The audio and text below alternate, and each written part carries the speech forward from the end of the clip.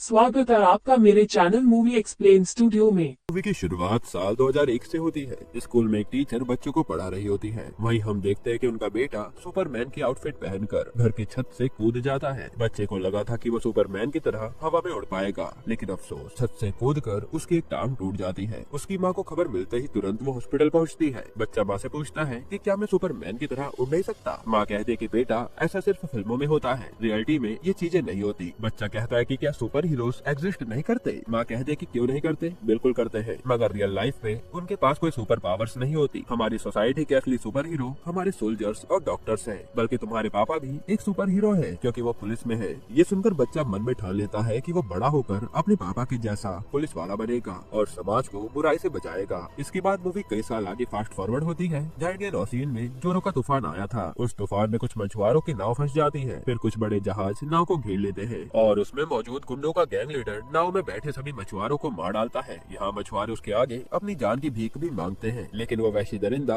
उनकी एक नहीं सुनता। मारकर वो उन सभी की लाश को समुद्र में फेंक देता है। दूसरी तरफ हम उसी बच्चे को पुलिस ट्रेनिंग एकेडमी में देखते हैं, जो कि अब बड़ा हो चुका था। वेदांत नाम का यह बच्चा ट्रेनिंग के दौरान एक एक चीज को बड़ी बारीकी से सीखता है। फिर जब शपथ लेने की बारी आती है तो हम वेदांत की आंखों में कुछ कर दिखाने का जज्बा देखते हैं। इसके बाद हम एक छोटे से फ्लैशबैक में देखते हैं कि बचपन में वेदांत की माँ ने उसे बर्थडे पर पुलिस की वर्दी गिफ्ट की थी। उन्होंने उसी वक्त उसे वर्दी की अहमियत सिखा दी थी, यह कहकर कि ये सिर्फ एक वर्दी नहीं बल्कि सुपर पावर है, जिसका इस्तेमाल तुम्हें हमेशा अच्छे कामों के लिए करना होगा। तभी से वेदांत के दिलो दिमाग पर पुलिस वाला बनने का जुनून छा गया था। अब प्रेजेंट में वेदांत अपना सपना पूरा कर चुका होता है। वो अपनी ड्यूटी के पहले दिन की शुरुआत अपनी मरी हुई माँ की तस्वीर के आगे सैल्यूट करके करता है। इसके बाद वो अपने पिताजी के पाँव छूकर ड्यूटी पर निकल जाता है। यहाँ पुलिस स्टेशन में सारे कांस्टेबल्स वेदांत का हार पहनाकर स्वागत करते हैं और हेड कांस्टेबल नारायण वेदांत को बताता है कि सर, आपकी पहली पोस्टिंग बहुत ही अच्छी जगह हुई है। यहाँ क्राइम का नामो निशान नहीं है, देखिए ना, सभी सेल्स एकदम खाली पड़े हैं। वेदांत समझ जाता है कि उस जगह क्राइम की कोई कमी नहीं है, बल्कि पुलिस वाले ही अपने काम को लेकर लापरवाह हैं। इसके बाद वेदांत और नारायण सिविल ड्रेस में शहर का चक्कर लगाने निकलते हैं और शहर के अलग अलग इलाकों में वेदांत कई छोटे मोटे गुंडों को देखता है, मगर उसे तो किसी बड़े शिकार की तलाश थी। नारायण कहता है कि सर, बड़े गुंडों के पीछे जाना खतरों से खाली नहीं है, हम किसी छोटे मोटे गुंडे को पकड़ लेते हैं ना। असल में नारायण जानबूझकर वेदांत को बड़े गुंडों के बारे में बताना नहीं चाहता था, पर वेदांत को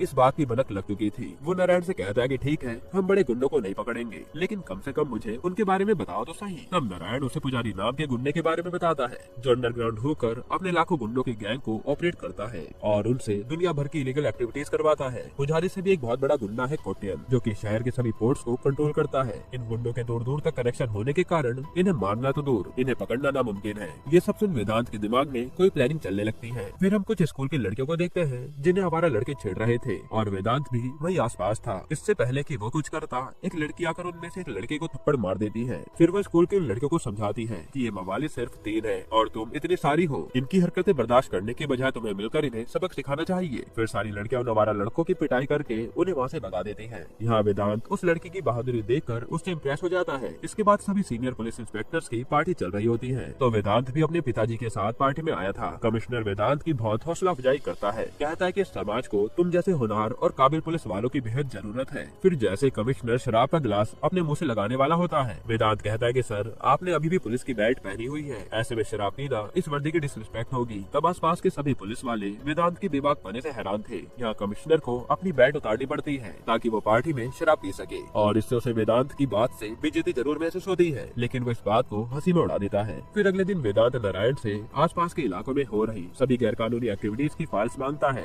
इस पर नारायण वेदांत को ड्रॉर में रखी नोटों की गड्डियां दिखाता है और कहता है कि सभी इलीगल एक्टिविटीज करने वालों ने पहले ही अपना अपना हफ्ता जमा करवा दिया है। अब वेदांत तो ठहरा एक ईमानदार पुलिस वाला, तो उसे इन पैसों से कोई फर्क नहीं पड़ता। वो खुद जाकर शहर के कोने कोने से गैर कानूनी धंधे करने वालों को पकड़ लाता है। इनमें कई तरह के गुंडे शामिल थे, इलीगल इंपोर्ट एक्सपोर्ट करने वाले और पब बार में सेक्स रैकेट चलाने वाले। वेदांत सभी को मारपीट कर जेल में बंद कर देता है और देखते देखते शहर से गुंडों की सफाई होने लगती है। इसी के साथ वेदांत न्यूज चैनल पर भी छा जाता है। फिर एक प्रेस कॉन्फ्रेंस के दौरान रंगा नाम का रिपोर्टर वेदांत पर तंज कसते हुए कहता है, आप ये जैसे बहुत ईमानदार ऑफिसर्स आए और गए। शुरू में तो सभी ईमानदार होते हैं, पर ये सिस्टम उन्हें भ्रष्टाचारी बना ही देता है। वेदांत इस पर कोई कमेंट नहीं करता, लेकिन आप कमेंट जरूर करिएगा कि आपको मूवी कैसी लग रही है। हालांकि यहाँ वेदांत को पता था कि वो पहले भी ईमानदार था और आगे भी ऐसे ही रहेगा। फिर अगले सीन में वेदांत के पिता उसको लड़की दिखाने ले जाते हैं, तो वेदांत भी बिना मन के उनके साथ चला जाता है। इसके बाद लड़की के घर से वो उसे बिना देखे ही लौटने वाला होता है, मगर उसी वक्त लड़की उसके सामने आती है। लड़की को देख मानो वेदांत के दिल में लड्डू फूटने लगते हैं, क्योंकि ये वही लड़की थी जिसे उस दिन वेदांत ने देखा था। लड़की का नाम था स्नेहा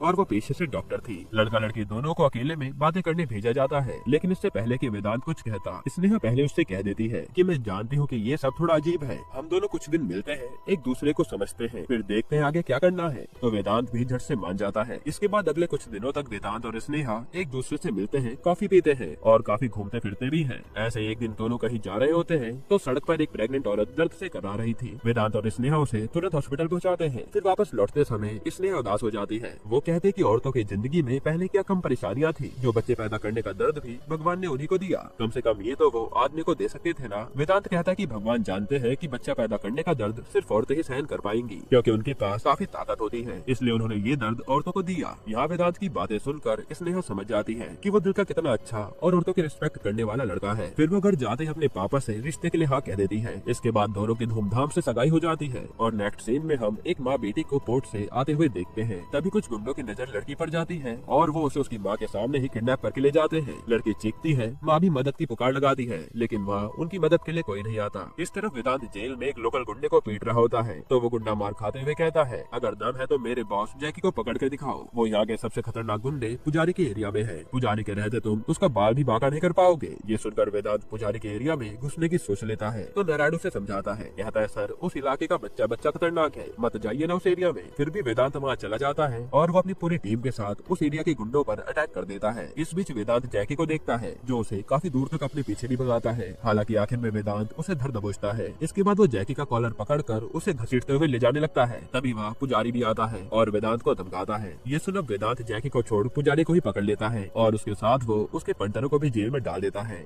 यहाँ नारायण को उस दिन समझ आ जाता है कि वेदांत कोई आम ऑफिसर नहीं है जो किसी के सामने भी झुक जाए। तभी उस किडनैप हुई लड़की की मां रोते हुए पुलिस स्टेशन आती है, तो वेदांत उसके साथ जाने को निकल ही रहा होता है, लेकिन कमिश्नर उसे कॉल करके तुरंत बुलाता है। वेदांत कमिश्नर को बताता है कि उसे उस लड़की को बचाने जाना है, लेकिन कमिश्नर भड़क जाता है और उसे तुरंत यहाँ आने को कहता है। तब वेदांत को मजबूरी में जाना पड़ता है। फिर वेदांत को सामने देखकर कमिश्नर वेदांत से कहता है कि अब तक तुमने छोटे मोटे गुंडों को जेल में डाला, इसलिए मैं चुप रहा, मगर अब पानी सर से ऊपर चढ़ गया है। आज के बाद तुम बिना परमिशन के किसी को अरेस्ट नहीं करोगे। ये एक सिस्टम है और हम उस सिस्टम का हिस्सा। चुपचाप जाओ, लोगों से पैसे लो और अपना मुंह बंद रखो, उन्हें अपना काम करने दो। मतलब कमिश्नर वेदांत को घूस खाने के लिए कह रहा था। इससे पहले वेदांत कुछ कह पाता, उसके पिताजी भी आकर उसे समझाने लगते हैं। वो कहते हैं कि लोगों से पैसे लो और अपने काम पर ध्यान दो। अगर मेरे पास ऊपर की कमाई ना होती तो मैं तुम्हारी माँ का कैंसर का इलाज कभी करवा ही नहीं पाता। तब वेदांत को एक सदमा सा लगता है। वो उस रात 2 बजे तक शराब पीता है और सुबह नशे की हालत में ही ड्यूटी पर आ जाता है। इधर वो लड़की गुंडों के चंगुल से भाग निकलती है। इसके बाद वो अपनी माँ के साथ उनके खिलाफ FIR दर्ज करवाने थाने आती है। लड़की की माँ पुलिस वालों को गालियाँ देते हुए कहती है कि तुम लोगों की वजह से मेरी बेटी के साथ दुष्कर्म हुआ, अगर तुम लोग समय रहते उसे बचा लेते तो ये सब होता ही नहीं। दूसरी तरफ लड़की अपने ऊपर पेट्रोल डाल लेती है, तो वेदांत की नजर उस पर पड़ती है,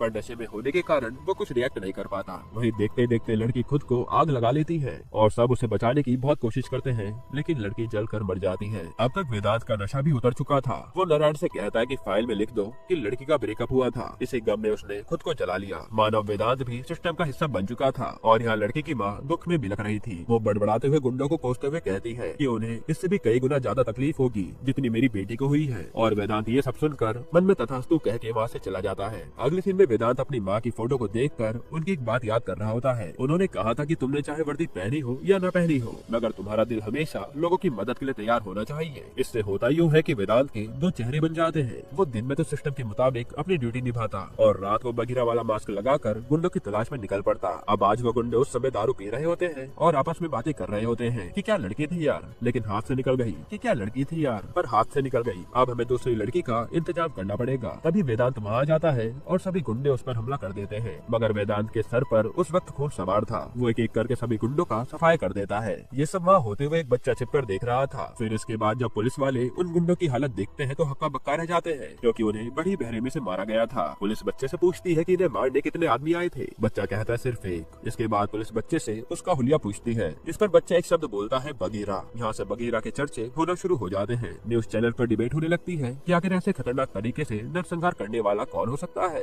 फिर वेदांत अगली सुबह क्राइम सीन पर पुलिस वाला बनकर पहुँचता है और थोड़ी बहुत तहकीकात करके चला जाता है। अब वो अपने सीनियर्स और हवलदारों की नजरों में एक भ्रष्ट ऑफिसर बन चुका था, जो बाकी पुलिस वालों की तरह लोगों से घूस लेता है। लेकिन रात होते ही वो बगीरा बन जाता है और उस घूस देने वाले का खात्मा कर देता है। यहाँ कोई कितना भी गंदा क्राइम क्यों न करे, चाहे वो ड्रग्स की डीलिंग हो या किसी लड़की पर एसिड अटैक, वेदांत कोई एक्शन नहीं लेता। इससे लोगों के मन में ये धारणा बन जाती है कि वेदांत और उसके बाकी कांस्टेबल सारे के सारे निकम्मे हैं, किसी काम के नहीं हैं। और दूसरी तरफ वो लोग बगीरा के बारे में सोचते हैं कि वो कोई मसीहा है जो समाज की रक्षा करने आया है। हालांकि कुछ ही दिनों में नारायण को भी कहीं न कहीं शक हो जाता है कि वेदांत ही वो मसीहा है जो बगीरा बनकर लोगों को मार रहा है। दूसरी तरफ स्नेहा वेदांत को ढेर सारी कॉल्स करती है, पर उससे बात नहीं करता। उसका सारा दिन ड्यूटी पर निकल जाता और सारी रात गुंडों को सफाई करने में। ऐसे में वो अपनी मंगेतर स्नेहा को समय नहीं दे पाता। हर तरफ डर का माहौल था, गुंडे बगीरा के नाम सुनते ही कांपने लगते थे। और एक तरफ जब बगीरा की बहादुरी के किस्से छप रहे थे, वहीं दूसरी तरफ वेदांत के भ्रष्टाचारी के। फिर एक शाम स्नेहा सीधा वेदांत के घर आ जाती है, मगर वेदांत उससे सीधे मुंह बात तक नहीं करता। स्नेहा कहते कि तुम वो वेदांत नहीं हो जिससे मैंने पसंद किया था। तब वेदांत स्नेहा से अपना रिश्ता खत्म कर लेता है। इसके बाद हम देखते कि रिपोर्टर रंगा पहली बार हिम्मत करके पुजारी के बारे में न्यूज छापता है। और जब पुजारी को ये बात पता चलती है तो वो रंगा के घर में घुसकर उसे उसकी बीवी और बेटे के सामने मार डालता है। इतना ही नहीं, पुजारी रंगा की लाश को बीच सड़क पर फिकवा देता है। फिर अगली सुबह पुलिस ऑफिसर सिद्धि क्राइम सीन पर पहुंचता है, जो कि पहले से ही पुजारी के साथ मिला हुआ था। सिद्धि रंगा की लाश को देखकर कहता है कि शायद इसकी ऐसी हालत गली के कुत्तों ने की होगी। मैंने म्युनिसिपालिटी वालों से कितनी बार कहा है कि ऐसे खतरनाक कुत्तों को खुले में न छोड़े। तब ये सब रंगा की बीवी और बेटा सुनते हैं, लेकिन उनके पास सिवाय रोने के कोई और चारा नहीं था। फिर जैसे ये खबर वेदांत को मिलती है, वो बगीरा वाले रूप में आकर पुजारी और सिद्धि दोनों को बड़ी बेरहमी से मौत के घाट उतार देता है। फिर अगले दिन ऑफिसर सिद्धि के पापा, जो कि सीबीआई के डायरेक्टर थे, उन्हें खबर मिलती है कि बगीरा ने उनके बेटे को मार दिया और बगीरा ने पुजारी और सिद्धि की लाश को सड़क पर फिकवा दिया था, ठीक वैसे ही जैसे उन्होंने रिपोर्टर रंगा की लाश को फिकवाया था। ये देख बाकी के जूनियर ऑफिसर भड़क जाते हैं। वो पब्लिक से पूछने लगते हैं कि ये लाश यहाँ कौन रख के गया। तब रंगा का बेटा भीड़ से अपनी माँ के साथ निकल कर आगे आता है और कहता है कि इन्हें भी उन्हीं कुत्तों ने मारा होगा जिसने मेरे बाप को मारा। इस पर पुलिस वाले चुप हो जाते हैं। इसके बाद हम देखते हैं कि कुट्टियन नाम का गुंडा शहर के अलग अलग कोनों से लोगों को किडनैप करने लगता है। 2 दिन के अंदर कई सारे लोग गायब हो जाते हैं और पुलिस स्टेशन के बाहर किडनैप हुए लोगों के परिवार की लाइन लग जाती है। तब वेदांत को पता चलता है कि पिछले 2 दिनों में 80 से भी ज्यादा लोग किडनैप हुए हैं और थोड़ी बहुत जानकारी लेने के बाद उसे पता लगता है कि इसके पीछे कुट्टियन का हाथ है। फिर क्या, रात होते ही वेदांत बगीरा बनकर कुट्टियन के अड्डे पर पहुंच जाता है। वो देखता है कि कुट्टियन के आदमी किडनैप किए लोगों को कहीं और भेज रहे थे। तब ये गुंडा बगीरा को देख लेता है तो कुट्टियन और उसके गुंडे मिलकर उस पर गोलियां चलाना शुरू कर देते हैं और ऐसे में कुट्टियन की गोली सीधा जाकर बगीरा के सीने पर लगती है और वो अपनी जान बचाने के लिए पानी में कूद जाता है। फिर कुछ देर बाद बगीरा स्नेहा के घर आता है और स्नेहा डॉक्टर होने के नाते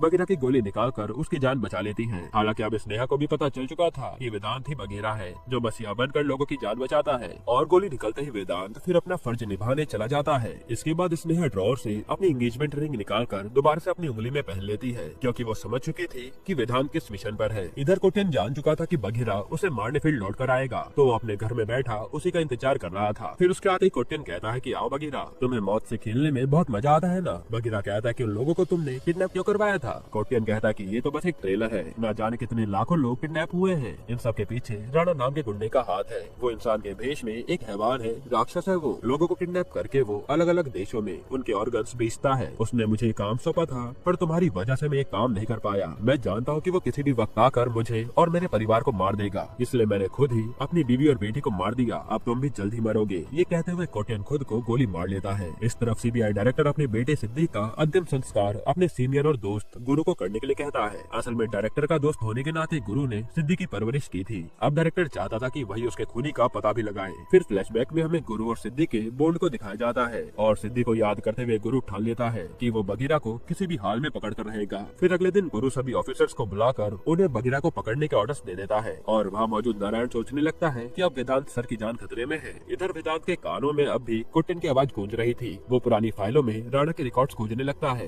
तो उसे इन्फॉर्मेशन मिलती है कि सालों पहले एक लड़के ने पुलिस स्टेशन में आग लगा दी थी। फिर उसने जेल के सभी कैदियों को भगाकर अपनी एक गैंग बना ली। वो लड़का राणा था। उस दौरान राणा का आधा चेहरा जल गया था, पर इससे उसे कोई फर्क नहीं पड़ा और वो और हैवान बन गया। अब प्रेजेंट में नारायण वेदांत को बताता है कि उसकी सीबीआई के साथ बगीरा को पकड़ने की ड्यूटी लगी है। असल में यहाँ नारायण वेदांत को इशारों से टुकड़ना कर रहा था। साथ ही नारायण वेदांत को एक हैकर के बारे में बताता है जो उसे राणा को पकड़ने में मदद करेगा। फिर वेदांत बगीरा बनकर हैकर के पास पहुँचता है। उसे कुछ पैसे देकर अपने साथ काम करने का ऑफर देता है। हैकर कहता है कि इतने पैसे तो मैं खुद ही कमा लूंगा। दूंगा, वो भी कुछ ही मिनटों में। इस पर बगीरा जेब से बंदूक निकालकर उसे दिखाता है तो हैकर तुरंत मान जाता है। इसके बाद बगीरा और हैकर दोनों राणा को पकड़ने के लिए पूरा प्लान तैयार करते हैं। इधर गुरु शहर के चप्पे चप्पे पर जाकर बगीरा के बारे में पूछता है, लेकिन पब्लिक उसे बगीरा के बारे में कुछ भी जानकारी नहीं देती। लोगों की नजरों में बगीरा एक हीरो बन चुका था, जबकि पुलिस उनकी दुश्मन। इसके बाद बगीरा उस हैकर के जरिए डार्क वेब से कुछ एडवांस वेपन्स मंगवाता है। अब एक दिन एक बच्चे को पुलिस स्टेशन लाया जाता है क्योंकि वो अपनी क्लास के बच्चों को करंट लगा रहा था।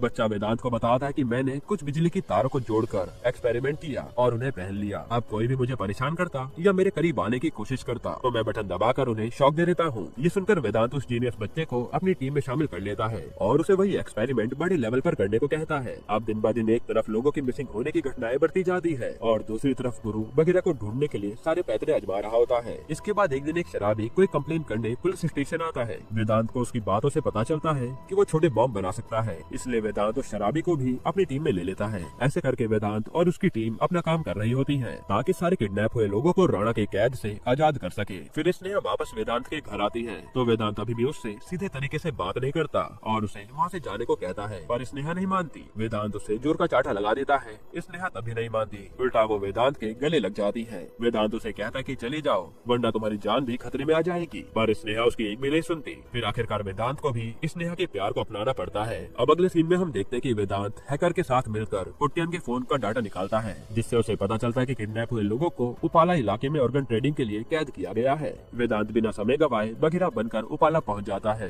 फिर वो एक एक कर सभी गुंडों का खात्मा करके वहाँ से चला जाता है और यहाँ कैद हुए लोग भी सोच में पड़ जाते हैं कि भला ये कौन आ गया हमें बचाने के लिए। इसके बाद मीडिया वाले, पुलिस ऑफिसर्स और गुरु की टीम सभी मौके पर पहुँचते हैं। गुरु यहाँ भी लोगों को बगीरा के बारे में पूछने की कोशिश करता है, पर इस बार भी उसके हाथ कोई सुराग नहीं लगता। फिर वेदांत को कुट्टियन के फोन से राणा के सबसे भरोसेमंद आदमी योगी के डिटेल्स मिलती है। हालांकि तब तक योगी अपना फोन स्विच ऑफ करके अंडरग्राउंड हो चुका था। इस कारण बगीरा राणा के सारे अड्डों का पता निकालता है और वहाँ जा जाकर गुंडों का सफाई करता है और फंसे लोगों को उनसे छुड़ा लेता है। ये सब देखने के बाद सीबीआई डायरेक्टर को शक होने लगता है कि भला गुरु कभी बगीरा तक पहुंच भी पाएगा या नहीं। लेकिन तभी गुरु को एक सीसीटीवी फुटेज मिल जाती है जिसमें बगीरा फायरिंग करते हुए कैद हो गया था। बगीरा के गन पकड़ने के स्टाइल से गुरु अंदाजा लगाता है कि बगीरा या तो पुलिस वाला है या कोई आर्मी वाला। फिर गुरु अपनी टीम से कहता है कि अब हम बगीरा का पीछा करने की बजाय उन विक्टिम्स की खोज करेंगे जिनका बदला बगीरा ने लिया। ये सब बातें नारायण सुन लेता है और पुलिस स्टेशन के कंप्यूटर से कुछ फाइल्स डिलीट कर देता है ताकि उसके वेदांत सर पर किसी का शक न जाए। इसके बाद राणा अपने राइट हैंड योगी से मिलता है। योगी इस बात से डरा हुआ था कि बगीरा ने उसके अड्डों को तबाह कर दिया, अब कहीं राणा उसे मार ना दे। वो राणा के आगे अपनी जान की भीख मांगने लगता है तो राणा पहली बार दिल बड़ा कर उसे माफ कर देता है। इसके बाद राणा को पता चलता है कि बगीरा योगी को ढूंढ रहा है तो वो जानबूझकर योगी को उसका फोन स्विच ऑन करने को कहता है ताकि बगीरा योगी को ढूंढते हुए वहाँ आए और राणा खुद उसे अपने हाथों से मार डाले। अब जाल बिछाते ही जब बगीरा वाकई में वहाँ आता है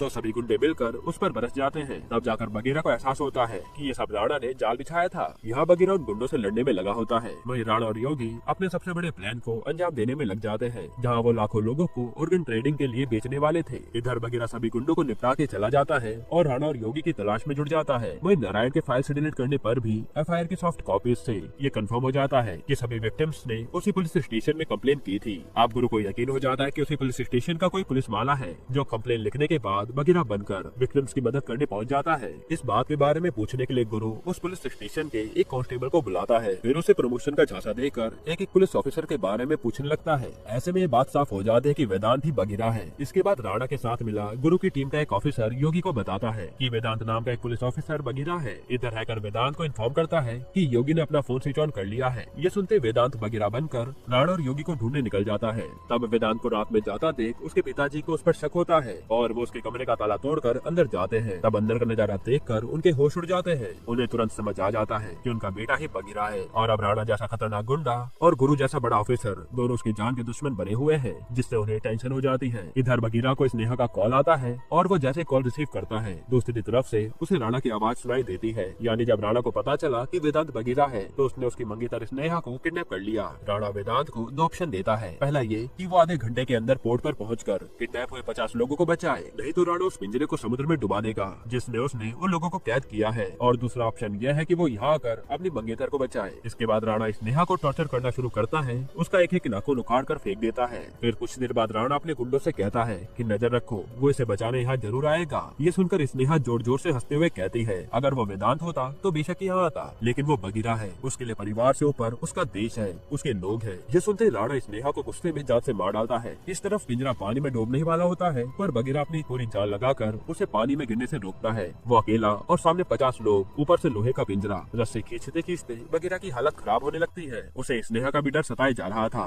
इसके बाद पुलिस चारों तरफ से बगीरा को घेर लेती है और गुरु भी अपनी टीम लेकर वहाँ आता है। फिर पुलिस उन लोगों को तो बचा लेती है, पर बगीरा को अरेस्ट कर लिया जाता है। इसके बाद राणा और योगी कुछ और लोगों को माल गाड़ी में डालकर कहीं ले जा रहे होते हैं। वहीं इस तरफ पुलिस वाले, जिनमें राणा का भी एक आदमी शामिल था, वो बगीरा को कहीं दूर ले जाकर उसका एनकाउंटर करने वाला था। इसके बाद गुरु दिल्ली जाकर अपने सीबीआई डायरेक्टर दोस्त से माफी मांगता है, क्योंकि वो उसके बेटे के कातिल बगीरा को ढूंढ नहीं पाया। अब यहाँ हमें पता चलता है कि गुरु असल में बगीरा को मरवाना नहीं चाहता था। उल्टा सभी पुलिस वाले मिलकर उस ऑफिसर को मार देते हैं जो राणा के लिए काम करके गद्दारी कर रहा था। ये बात गुरु को भी पता चल चुकी थी। फिर फ्लैशबैक में हमें दिखाया जाता है कि बगीरा को ढूंढते वक्त गुरु सभी विक्टिम्स के परिवार वालों से मिला था। उनसे बातचीत करके गुरु को समझ आया कि बगीरा सिर्फ उन्हीं लोगों को मारता है जो गलत काम करते हैं, और उसके दोस्त का बेटा सिद्धि भी गलत काम में शामिल था। इसलिए गुरु भी बगीरा की साइड हो गया था। इसके बाद प्रेजेंट में गुरु वेदांत को कॉल करके कहता है कि आज से तुम आजाद हो। साथ ही वो उसे बताता कि राणा कई लोगों को मालगाड़ी से कहीं ले जा रहा है, और वो उसे स्नेहा की खबर भी दे देता है, जिससे बगीरा पूरी तरह टूट जाता है। हालांकि अब बगीरा स्नेहा की मौत का बदला लेने के लिए उस मालगाड़ी में घुसकर सभी गुंडों को मार गिराता है। इस दौरान वो खुद भी काफी जख्मी होता है, पर उसका गुस्सा शांत नहीं हुआ था